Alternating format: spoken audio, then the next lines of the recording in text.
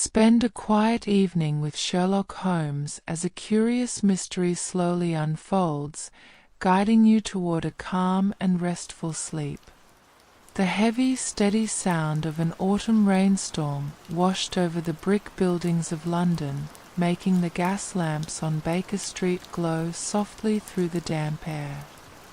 Outside, a thick, cool fog covered the city, quietening the distant sound of carriage wheels rolling over the wet cobblestones.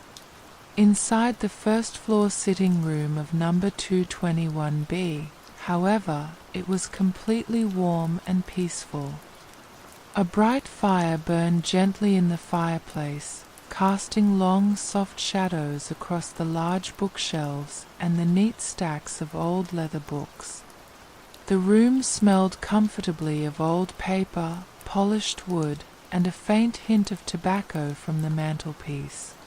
It was the perfect kind of night for resting, a midnight hour where the busy city had finally gone to sleep, leaving behind a deep, calming silence that made the troubles of the world feel miles away.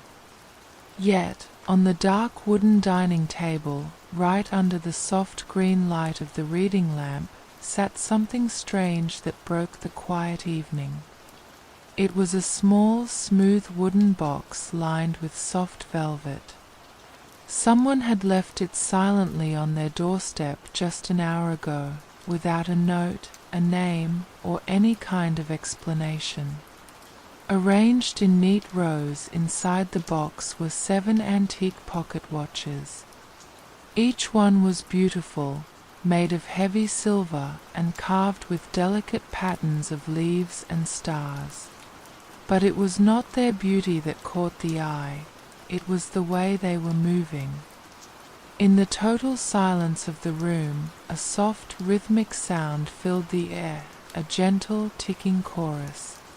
Every single one of the 7 watches was running at the exact same speed, but their golden hands were moving steadily backward. Sherlock Holmes leaned over the table, his long fingers holding still just above the silver watches. The sharp, restless energy he usually had was completely gone, replaced by a calm, quiet curiosity. The warm lamplight softened his face as he watched the delicate gears march backward.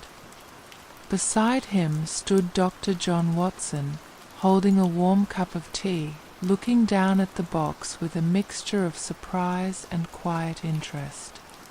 This mystery did not start with a loud cry for help, a frantic knock at the door, or a dangerous crime. It was a puzzle of pure thought, a silent riddle brought to them on a rainy night that seemed to turn back time itself. The contrast between the forward crackle of the fire and the backward ticking of the watches felt peaceful and strange. It was a problem that did not require speed or action, but rather a slow, deep patience to understand what the maker intended. "It is a truly beautiful piece of mechanical work, Watson," Holmes said softly, his voice low and calm, matching the soothing sound of the rain falling outside the window. He reached down and gently lifted the middle watch from its velvet spot, holding it up so the firelight could shine on the clear glass. "Look at the second hand. It does not shake or slow down. It moves with the perfect care of a master craftsman. To change the inside gears of a single watch so it runs backward while keeping perfect time is very hard. To make 7 of them do it at the exact same moment means something important.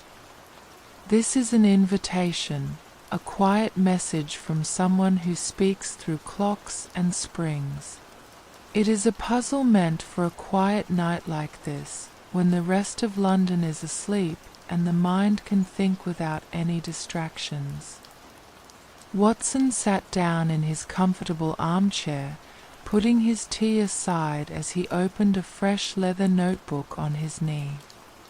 The soft, familiar scratch of his pen began to write down the details, adding a cozy sound to the quiet room. "But what does it mean, Holmes?"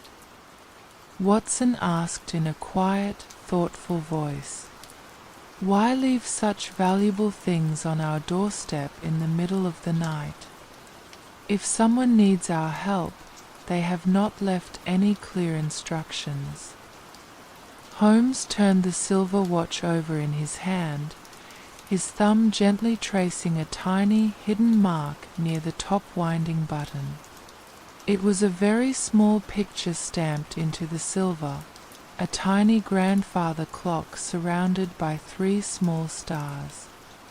"The answer is hidden in the work itself, my dear friend," Holmes replied, a small, satisfied smile appearing on his face as he put the watch back in the box. "This mark belongs to Jonathan Finch, a famous clockmaker whose old, forgotten shop is hidden deep in the quiet streets of London. He stopped working nearly 10 years ago and locked his doors to the world. For these watches to show up tonight, ticking away the hours backward, means a secret hidden long ago is finally coming to light. The night is young, the rain has cleared the streets of any noise, and a beautiful, peaceful mystery is waiting for us. There is no need to hurry, Watson. We shall walk through the quiet streets, enjoy the cool night air, and see what the old clockmaker wants to show us." With a calm, slow movement, Holmes reached for his heavy walking coat, ready to step out into the quiet, foggy night to find the old shop. The heavy wooden front door of number 221B closed with a soft, dull thud, shutting out the warmth of the upstairs sitting room and leaving Sherlock Holmes and Dr. Watson on the rain-washed pavement of Baker Street. The air outside was cool and clean, filled with the fresh, earthy scent of a steady autumn rain that had cleared away the heavy daytime soot of the great city. High above, the dark night sky was completely hidden by a thick canopy of slow-moving clouds, while down below, the yellow glow of the gas lamps reflected beautifully off the wet, black cobblestones. London had truly grown quiet, its daytime roar replaced by the soothing rhythmic patter of raindrops falling onto umbrellas, canvas awnings, and the stone ledges of nearby buildings. Holmes stepped forward with a calm, unhurried pace, his long coat swirling slightly around his ankles, while Watson walked beside him, holding his sturdy umbrella aloft to shield them from the steady downpour. There was no sense of rush or urgency in their steps. Instead, the walk felt like a peaceful midnight stroll through an empty city that belonged entirely to them for the night. As they turned a corner, leaving the wider thoroughfares behind, they entered a labyrinth of smaller, narrower streets that led toward the historic heart of Fleet Street. Here, the buildings stood closer together, their old wooden beams and dark brick walls leaning toward one another as if whispering secrets in the dark. The sound of the rain changed here, echoing softly in the narrow passages, creating a deep, resonant background noise that was incredibly comforting to listen to. Every few minutes, they passed a dark alleyway where the gentle light of a distant lamp caught the swirling edges of the midnight fog, making the entire city look like a scene from an old, peaceful painting. A lone night watchman stood under the shelter of a stone archway, nodding respectfully as the two gentlemen passed by, his small lantern casting a warm, flickering orange circle on the damp ground. Watson pulled his collar up against a gentle breeze, breathing in the crisp night air, feeling his mind grow lighter and more relaxed with every step they took away from their busy lives. "The city has a completely different soul at this hour, Watson," Holmes remarked softly, his voice low and steady, easily cutting through the sound of the falling rain without breaking the peace of the night. He did not look around with his usual sharp hunting glances, but kept his eyes fixed ahead, enjoying the simple, quiet rhythm of their walk. During the day, London is a loud, chaotic machine where everyone is rushing toward their own little goals. But at midnight, when the rain falls and the lights go low, the machine stops. The streets open up, and we are allowed to see the quiet architecture of history. A mystery like the one we hold in our pocket does not belong to the noisy afternoon. It requires the stillness of a rainy night to be properly understood, because only in the deep quiet can we hear the faint, delicate ticking of the truth. Watson smiled in agreement, his boots making a soft, rhythmic clicking sound on the stones that seemed to keep perfect time with Holmes's calm words. They crossed a small stone bridge that spanned a quiet, forgotten canal, where the dark water below was dotted with hundreds of tiny circles from the falling rain. In the distance, the deep, heavy tone of a church clock struck the half-hour, the sound travelling slowly through the damp air like a wave of deep, vibrating music that faded gently into the night. It was a reminder of how beautifully structured the city was, even when it was completely asleep. They were deep within the old printing district now, where the massive, silent buildings of the newspapers stood like sleeping giants. The air here carried a faint, pleasant smell of ink and giant rolls of paper, mixed with the damp, fresh scent of the autumn storm. It was a place usually filled with shouting voices and heavy machinery, but tonight it was a sanctuary of absolute silence, washed clean by the rain and wrapped in a blanket of soft, rolling fog. Finally, Holmes slowed his pace, turning down a tiny cobblestone courtyard that was almost completely hidden between two massive brick walls. At the very end of this quiet court stood a small, charming shop with a curved glass window and a dark wooden sign that swung gently in the breeze. The gold letters on the sign had faded over the decades, but under the soft light of a nearby gas lamp, they could still make out the name, Jonathan Finch, horologist. Inside the window, even in the dark, they could see the shapes of dozens of old clocks, tall grandfather clocks, small wooden mantel clocks, and delicate brass instruments, all resting silently in the shadows. The shop looked as though it had been frozen in time, untouched by the busy world outside for many years. Holmes reached out, his long fingers finding the heavy brass door handle, and with a soft musical chime from a little bell above the frame, the door swung inward, inviting them into a warm, dusty world filled with the quiet heartbeat of 1,000 sleeping springs.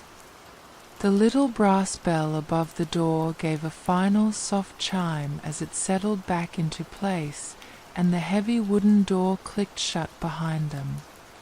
Instantly, the cool, damp air of the London night was replaced by a wonderful, enveloping warmth that seemed to wrap around them like a heavy winter blanket. The air inside the shop was completely still, thick with the rich, nostalgic smells of aged mahogany wood, sweet linseed oil, polished brass, and the dry, pleasant scent of ancient dust that had settled undisturbed over many decades. It was a sensory sanctuary, a hidden world where the chaotic rush of the 19th century could not enter. But the most incredible thing about the shop was its voice. In the total absence of human conversation, the room was filled with a deep, hypnotic and incredibly soothing sound, the soft, rhythmic heartbeat of hundreds of clocks ticking together in the dark. Some were deep and slow, like a grandfather clock counting away the decades, while others were light and quick, like the patter of summer rain on a leaf, but together they formed a perfect, gentle symphony of sound that instantly made the mind feel completely calm and at ease. Sherlock Holmes took off his damp hat, shaking a few glistening drops of rain onto the floor mat before stepping further into the shadows of the workshop. He did not move with his usual quick, sudden gestures. Instead, his movements were slow and careful, as if he did not want to disturb the peaceful harmony of the sleeping clocks. He pulled a small silver matchbox from his pocket, struck a match with a soft, bright scratch, and lifted the flame to a heavy brass oil lamp that sat on a nearby workbench. As the wick caught fire, a warm, golden pool of light expanded gently across the room, chasing away the deep shadows and revealing the beautiful treasures hidden within. Every square inch of the walls was covered with timepieces of every shape and size. There were dark, carved wooden clocks from the Black Forest, bright brass marine chronometers used by sea captains to navigate the great oceans, and tiny, delicate crystal clocks that looked like drops of frozen ice. On the long workbench sat the tools of the master clockmaker, microscopic screwdrivers, tiny magnifying glasses attached to leather bands, and rows of small glass jars filled with delicate, shiny gears that were smaller than a grain of sand. Dr. Watson followed closely behind, his heavy boots making a soft, muted sound on the thick wooden floorboards. He felt a deep sense of wonder as he looked around the cozy space, his eyes tracking the gentle movement of a long brass pendulum that swung back and forth with a rhythmic, comforting tick-tock. "It feels as though we have stepped completely out of London, Holmes," Watson whispered, his voice instinctively low so he wouldn't break the beautiful spell of the room. "It is hard to believe that the busy streets of the city are just outside that door. This place feels as old and quiet as a forgotten library." Holmes nodded slowly, the golden lamplight reflecting in his calm, thoughtful eyes as he approached the main workbench. He reached into his coat pocket and brought out the wooden box containing the 7 silver watches they had found on their doorstep. He placed it gently on the worn leather pad at the center of the desk, opening the lid so the backward-moving golden hands could catch the warm light of the oil lamp. "That is because Jonathan Finch did not just build clocks, Watson. He built sanctuaries for the mind," Holmes said softly, his baritone voice blending beautifully with the steady ticking around them. He selected a small, thin pair of brass tweezers from the tool rack, his hand perfectly steady as he prepared to examine the mystery. "A man who spends his entire life working with such tiny, perfect mechanisms learns to appreciate the absolute beauty of order and quiet. He does not rush, for a single rushed movement can destroy a week of careful work. He has invited us here tonight because his greatest masterpiece is waiting to be understood, and he knows that only a mind that appreciates the quiet details can find the path he has laid out." With incredible care, Holmes picked up the central silver watch, turning it over so the tiny engraving of the grandfather clock and the 3 stars faced upward under the lamplight. He found a tiny, hidden catch near the base of the silver casing, so small that it looked like nothing more than a natural scratch in the metal. Using the tip of his tool, he pressed it gently. With a soft metallic click that sounded like a tiny musical note, the back of the pocket watch popped open, revealing the intricate inner world of the machine. Watson leaned in closer, holding his breath in sheer fascination. Instead of the usual arrangement of brass wheels and copper springs, they saw something completely unique. The mainspring casing, the little golden drum that held the power of the watch, had been polished until it shone like a mirror, and across its curved surface, someone had engraved an incredibly tiny, detailed set of lines. It was not a decoration. As Holmes held a small magnifying glass to his eye, a slow, satisfied smile appeared on his lips.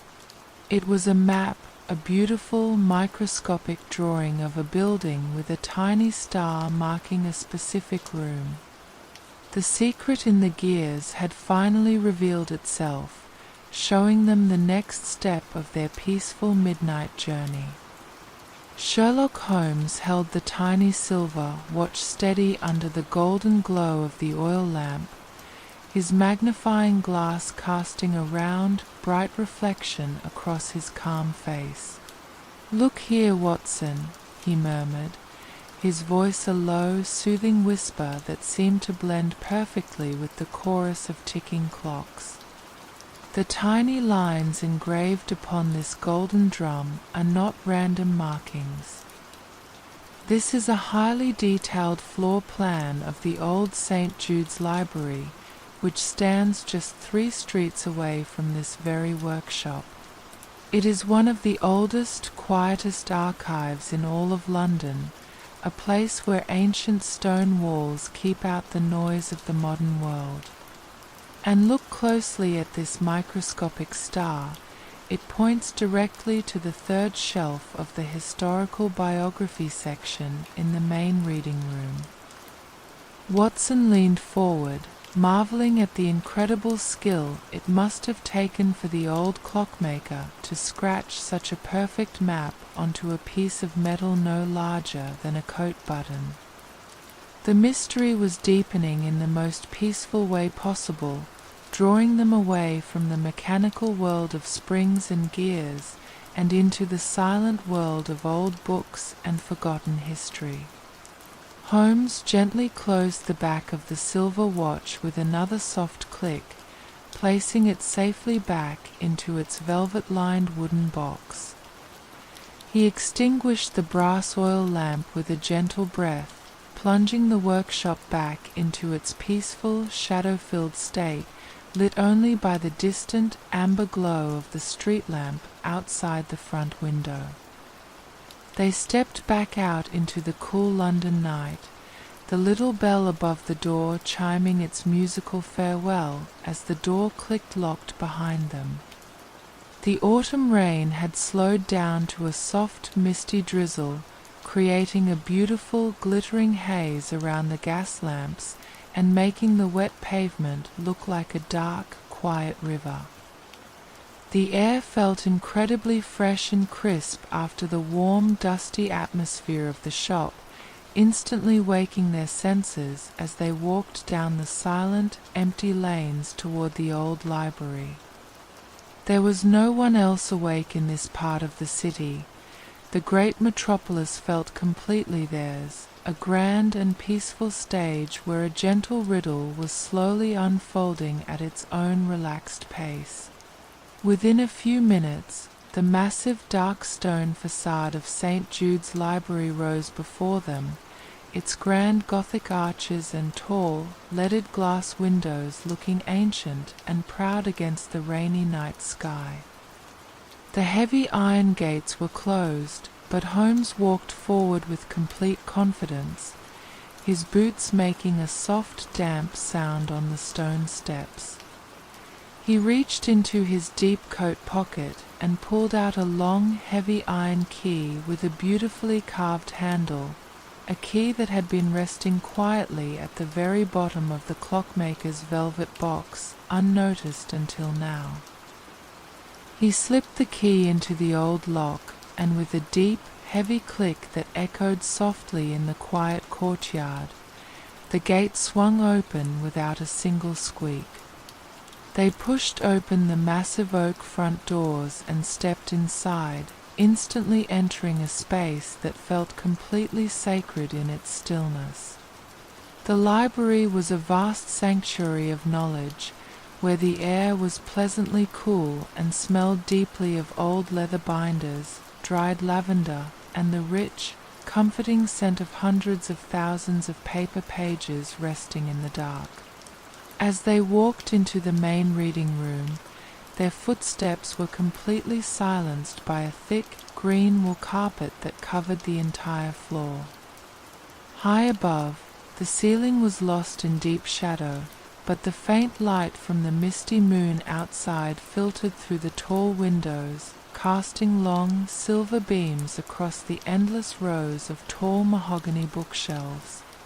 Holmes did not light a lantern. Instead, he walked forward using only the natural, gentle night light, his long silhouette moving gracefully past the silent rows of history. Watson walked beside him, feeling a deep sense of peace wash over him as he looked at the massive walls of books, each one holding a story from a time long gone.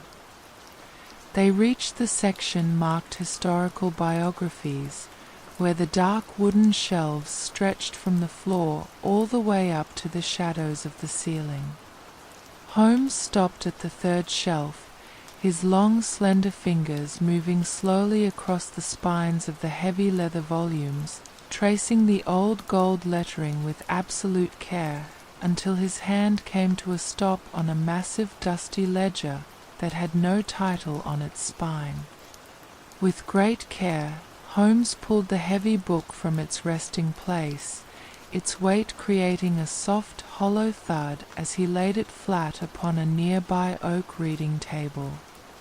Watson stepped closer, the soft rustle of his clothing the only sound in the vast, silent room. As Holmes gently opened the thick cover, a faint, sweet scent of old parchment drifted into the air. The pages were thick and cream-colored, covered in the elegant, sweeping handwriting of a scholar from a century ago. It was a historical ledger containing the daily records of old London families, their names and stories preserved in dark ink that had faded to a beautiful, soft brown over the decades. This was the scholar's ledger that the clockmaker had pointed them to, a treasure trove of forgotten memories waiting in the absolute quiet of the midnight library to reveal its hidden truth. Sherlock Holmes did not immediately begin to read the sweeping handwriting within the heavy ledger. Instead, he allowed his hand to rest gently on the open page, his fingers absorbing the rough texture of the thick, old parchment. He looked up toward the high, arched windows of the library, where the soft, silvery light of the midnight moon was reflecting off the tiny drops of rain outside. "The next part of our answer, Watson," Holmes said, his voice a low, melodious whisper that echoed softly into the dark corners of the grand reading room, "does not lie solely within these old pages." Jonathan Finch was a man who loved the physical landscape of London just as much as he loved the internal landscape of his clocks. Look at the bottom of this ledger page. Do you see the tiny, faint water stain shaped like a crescent moon? It is a mark that can only be found on documents that were stored near the damp vaults of the river before being brought to this library. The river is calling to us tonight, and that is where we must go to find the piece that connects the clockmaker to this book. Watson nodded quietly, closing his own notebook with a soft, leathery snap, feeling a deep sense of calm anticipation as they prepared to follow the mystery down to the historic banks of the Thames. They left the silent sanctuary of St. Jude's Library, securing the heavy oak doors behind them with a deep, reassuring click of the old iron key. Outside, the autumn rain had completely stopped, leaving the city air wonderfully cool, clean, and still. The thick fog had begun to lift, rolling away into thin, ghostly ribbons that danced lazily around the tops of the brick buildings and the grand stone spires of the city. They walked south, their footsteps creating a steady rhythmic cadence on the clean cobblestones that felt incredibly soothing in the midnight silence. There were no voices, no shouting sellers, and no crowded carriages to break the peace. The great metropolis felt completely transformed, resting quietly under a blanket of deep, restful sleep. As they approached the wide expanse of Westminster Bridge, the view opened up before them, revealing a breathtaking sight of London at its most beautiful and serene. The dark, massive silhouette of the Parliament buildings rose proudly against the deep indigo sky, their grand towers looking like silent guardians watching over the sleeping nation. Stepping onto the stone bridge, they walked toward the centre, where the gentle breeze off the water felt wonderfully refreshing against their faces.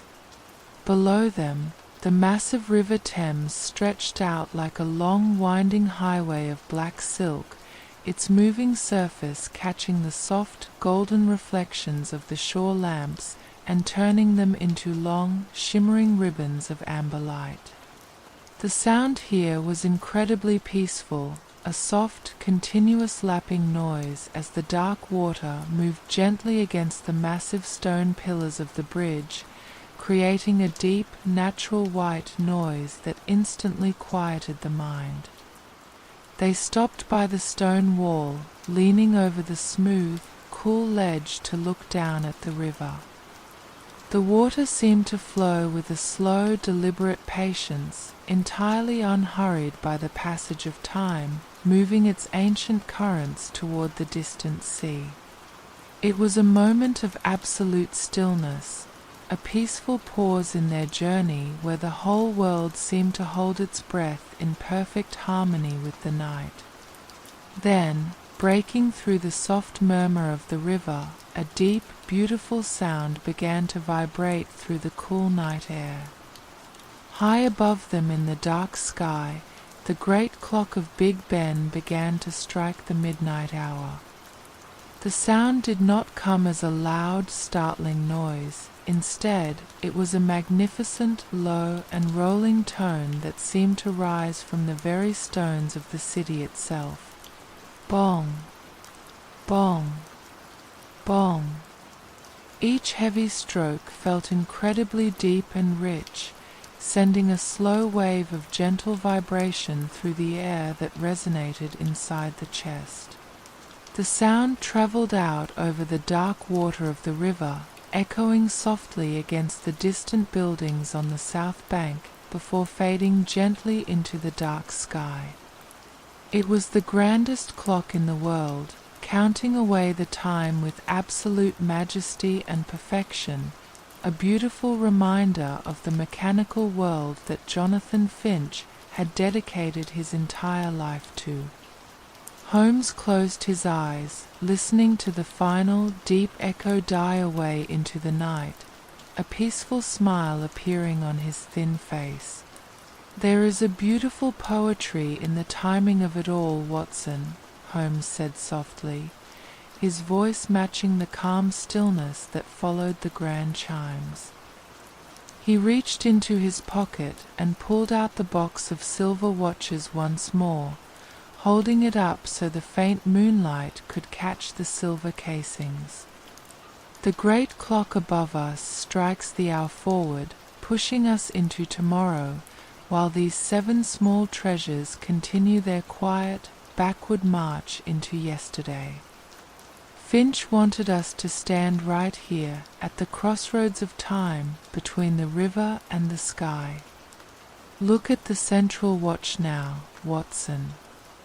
The hands have stopped their backward movement. They have come to a complete rest at exactly 12 o'clock. The journey through the city is complete, and the final key to this beautiful riddle is waiting for us just across the river, where the old clockmaker's childhood home stands in the quiet shadows of Lambeth.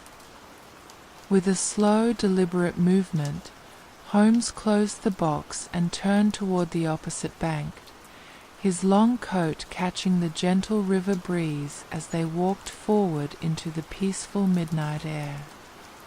Leaving the wide expanse of Westminster Bridge behind them, Sherlock Holmes and Dr. Watson stepped into the quiet, winding streets of Lambeth.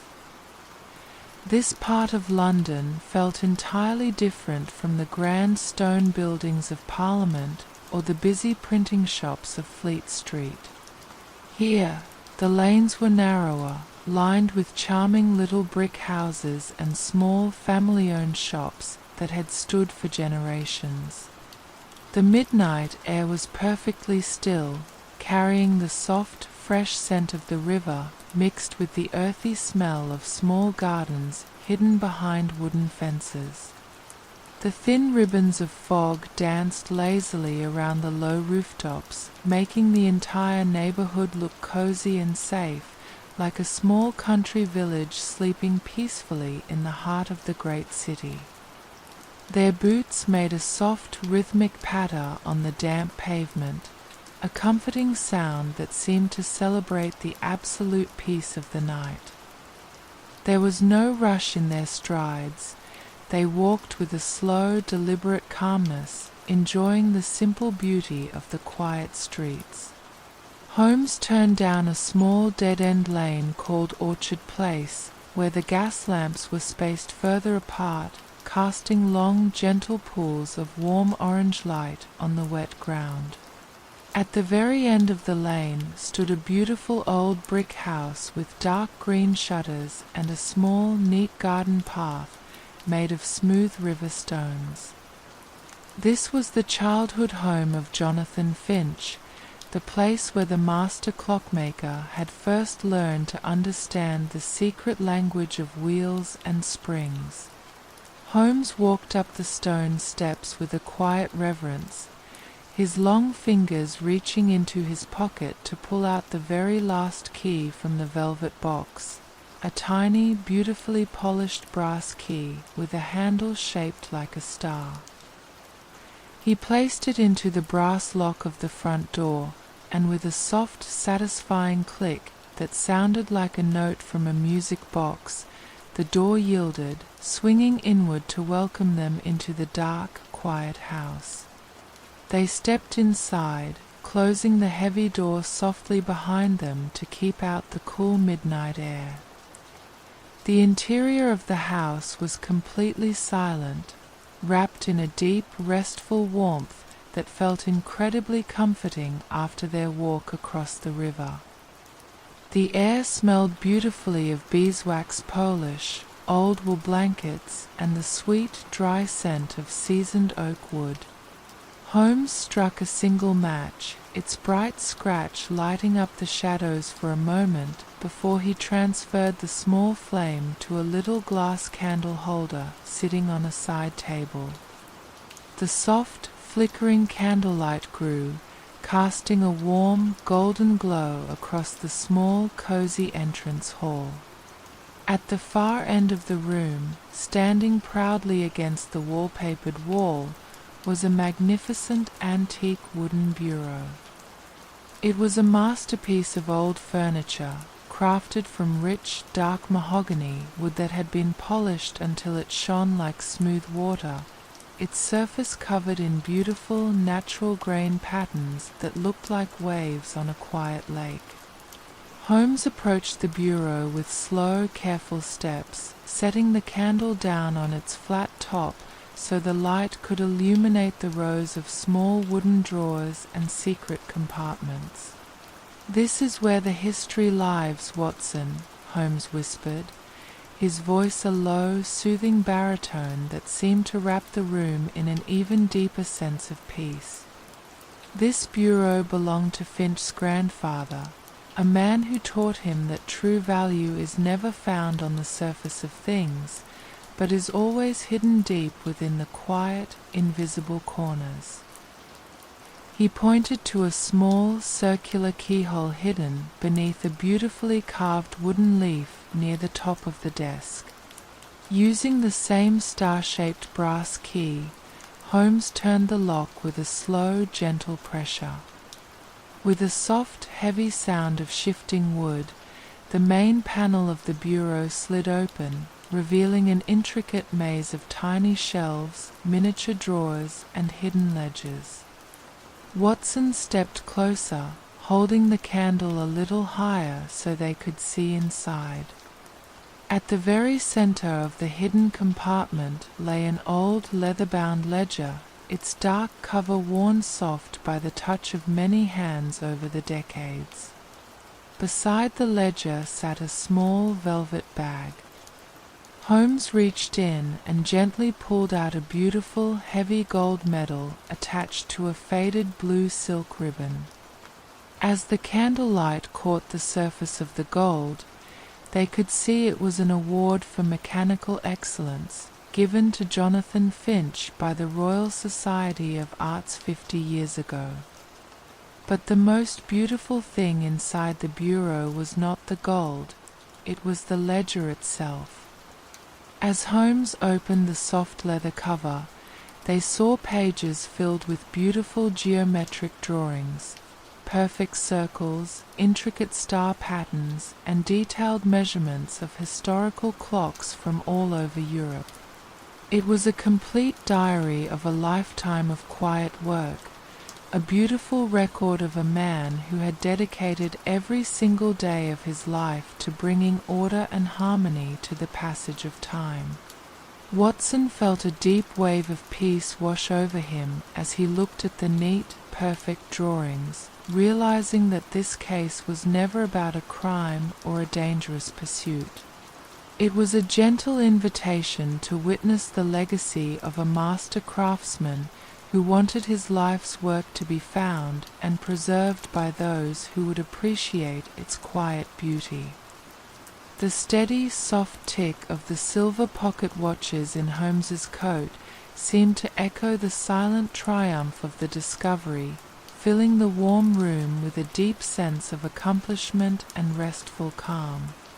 Sherlock Holmes turned the thick, cream-colored pages of the old ledger with absolute care, his long fingers moving as gently as if he were handling the delicate wings of a butterfly. The soft, rhythmic rustling of the paper was the only sound in the warm room, a soothing noise that seemed to deepen the absolute stillness of the midnight hour. Dr. Watson watched over his friend's shoulder, his eyes tracking the beautiful columns of neat, handwritten numbers and the elegant sketches of clock towers, sundials, and sea chronometers. "You see, Watson," Holmes said softly, his voice dropping to a low, hypnotic murmur that perfectly matched the gentle glow of the candle. "This is not a ledger of secrets or hidden wealth. It is a gift. Jonathan Finch did not have any children of his own, but he had a younger sister who moved to the countryside many years ago. He spent the final decade of his life tracking down his estranged grandchild, a young student who has recently come to London to study the art of engineering and horology. Finch knew his own time was growing short, and he wanted to pass down his life's work, his tools, and his historic workshop to the next generation." Watson smiled, a deep feeling of warmth filling his chest as the final pieces of the quiet puzzle came together in the most beautiful way possible. "So the 7 silver pocket watches left on our doorstep," Watson whispered, his tone relaxed and thoughtful. "They were not a cry for help at all. They were a test of patience, a trial of observation to ensure that his legacy would be placed into the right hands. Holmes nodded slowly, a gentle, satisfied expression appearing on his sharp face as he closed the leather-bound ledger with a soft, muffled thud. "Exactly so, my dear fellow." Finch knew that if we could solve the riddle of the backward-moving hands, we would naturally trace the path through his old workshop, the midnight library, and finally to this childhood home. He has left a legal document right here in the back of the book, naming us as the trustees of his estate. Our only task is to deliver this beautiful book, the gold medal, and the keys to the workshop to a brilliant young scholar who arrives in the city tomorrow morning. The mystery was completely solved, ending not with the flash of handcuffs or the dark shadow of a crime, but with a heartwarming story of love, history, and the preservation of a master craftsman's legacy. The feeling of success in the room was quiet and profound, a restful satisfaction that allowed the mind to completely relax and let go of any lingering tension. Holmes took the velvet bag containing the gold medal and placed it gently on top of the leather ledger, wrapping them both together in a soft wool cloth to protect them from the night air. He reached down and blew out the little candle with a gentle, slow breath. The golden flame disappeared, leaving the cozy entrance hall lit only by the soft, silvery moonlight that filtered through the dark green shutters, casting long, peaceful lines of light across the smooth wooden floorboards. They stepped back out onto the stone porch of the Lambeth house, closing the heavy wooden door behind them with a soft, final click of the brass lock. The fresh night air was incredibly crisp and clean, washing over their faces like cool water. The midnight sky above London had cleared completely, revealing a vast, dark blue dome dotted with thousands of tiny twinkling stars that looked like a great sky clock ticking away the hours of the universe. The city was wrapped in a profound, restful silence that felt deeply comforting. As they walked back toward the river to make their way home, their steps were slow, light, and perfectly relaxed. The weight of the world felt entirely lifted, replaced by the simple, beautiful knowledge that an old man's dream had been fulfilled and a piece of history had been saved for the future. They walked along the embankment, listening to the gentle, continuous lapping of the dark river water against the stone walls. It was a beautiful, natural white noise that seemed to clear away any remaining thoughts, leaving the mind completely empty and at peace. The gas lamps along the path glowed with a steady, unchanging warmth, their golden reflections dancing lazily on the moving surface of the Thames. There were no worries, no schedules, and no urgent tasks waiting for them. The night had been a long, peaceful journey through the hidden corners of old London, a slow-paced adventure that had brought them closer to the quiet heart of humanity. Watson took a deep breath of the cool night air, feeling his body grow heavy with a pleasant, restful tiredness as they crossed the bridge, heading back toward the ultimate comfort and warmth of their own sitting room on Baker Street. The familiar wooden stairs of number 221B, Baker Street, creaked with a soft, welcoming sound as Sherlock Holmes and Dr. Watson climbed them slowly, their bodies filled with a deeply pleasant, restful tiredness. When Holmes pushed open the door to their first-floor sitting room, a wonderful wave of preserved warmth rushed out to greet them. The magnificent fire they had left hours ago had burned down to a thick, beautiful bed of glowing red coals, casting a soft, deeply comforting amber light across the entire room. The long shadows on the bookshelves were completely still, and the rich, familiar scent of old leather, paper pages, and sweet wood smoke wrapped around them like an old favorite blanket. Outside the large glass windows, London had entered its final, most peaceful state of the night. A new, heavy rainstorm had begun to fall, but it was not a wild or windy storm. It was a perfectly steady, rhythmic downpour that washed over the dark rooftops of the city, creating a continuous, beautiful white noise that seemed to soothe the very air itself. Watson hung his heavy wool travelling cloak upon the brass hook behind the door, feeling an immense sense of relief as he stepped out of his damp boots and slipped his feet into his soft, warm leather slippers. He walked over to the hearthrug, picking up a heavy iron poker to gently stir the sleeping fire. With a few soft, hollow thuds, the glowing red coals shifted, and a small, bright cascade of miniature golden sparks swirled lazily up the chimney. A tiny new tongue of amber flame licked at a remaining piece of wood, adding a gentle, crackling sound to the peaceful atmosphere of the room. Watson then lowered his heavy frame into his favorite plush armchair, letting out a long, slow sigh of pure contentment.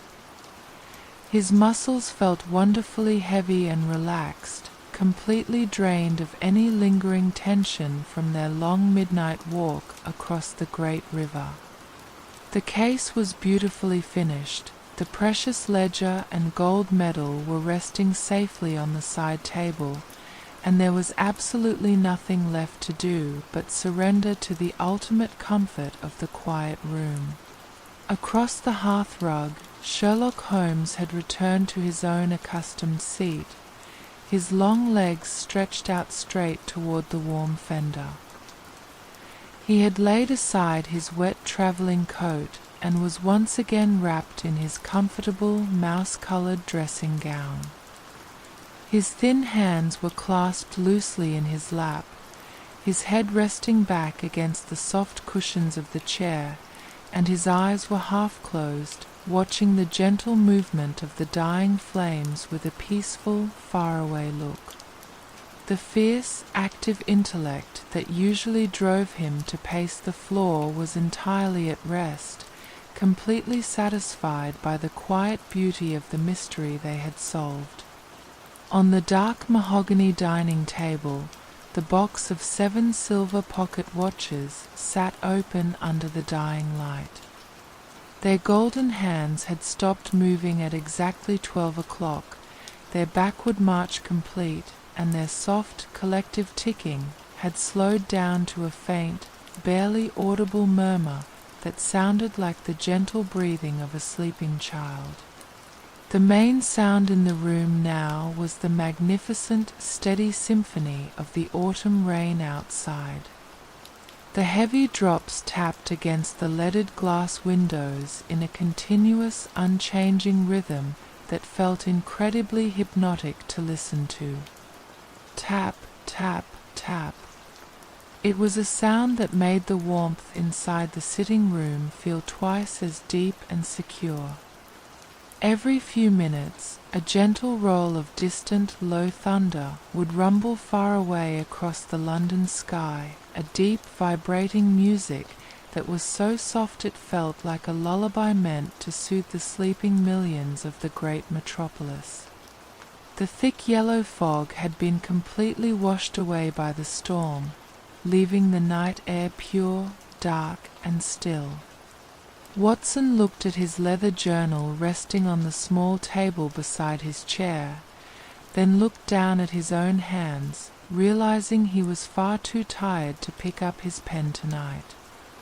The story of the master clockmaker and his secret legacy would wait safely in his mind until the morning. Tonight, the only task that mattered was to listen to the rain and let his thoughts drift away. The room seemed to grow even cozier as the minutes ticked slowly by in the dark. The amber light from the fireplace slowly softened, the bright red coals turning to a delicate powdery grey at their edges, while the deep heat continued to radiate outward, warming the room to perfection. The soft smell of the burning wood mixed with the clean, fresh scent of the rain drifting in through a tiny crack in the window frame, creating the most peaceful atmosphere imaginable. Watson felt his eyelids growing incredibly heavy, the rhythmic sound of the raindrops on the glass blurring together with the faint, steady heartbeat of the silver watches on the table. His mind was completely empty of worries, floating on a calm, quiet sea of absolute peace. He looked over at Holmes one last time, seeing his friend's face completely relaxed in the shadows, entirely at peace with the world. The great house on Baker Street had become a perfect fortress of silence and warmth, a safe harbour in the middle of the rainy London night, where the busy world could not touch them, and where the deep, healing power of sleep was waiting to take over. The deep, continuous warmth of the fireplace continued to radiate through the silent sitting room of number 221B, wrapping Dr. Watson and Sherlock Holmes in a state of absolute, unbreakable peace. The glowing red bed of coals had softened even further, their brilliant amber edges turning into a quiet, delicate layer of silver-grey ash that shifted down with a sound so faint it was like a whisper in the dark. The long, lazy shadows that had danced across the towering bookshelves all evening had finally settled into a soft, uniform darkness, leaving only the cozy centre of the hearth illuminated by a warm, dim orange light. The rich, comforting scent of old paper, polished mahogany, and the fading sweetness of wood smoke remained thick in the air, creating a sensory sanctuary where the mind felt completely anchored, safe, and entirely free from the cares of the world. Outside, the steady, rhythmic downpour of the autumn rainstorm showed no signs of stopping, its heavy drops pattering against the large glass windows in a beautiful, unchanging cadence that sounded like a continuous lullaby designed to sweep away the last remaining thoughts of the day. Dr. Watson let his head sink deeper into the plush velvet cushion of his favourite armchair, his eyes half closed as he watched the final, tiny points of light blink out within the coals. His limbs felt incredibly heavy, a wonderful leaden tiredness spreading through his muscles from his shoulders down to his feet, making him feel as though he were sinking into a soft, cloud-like mattress. The leather notebook on the side table beside him remained closed, its smooth cover reflecting a faint, dull glint from the dying hearth, entirely forgotten for the night.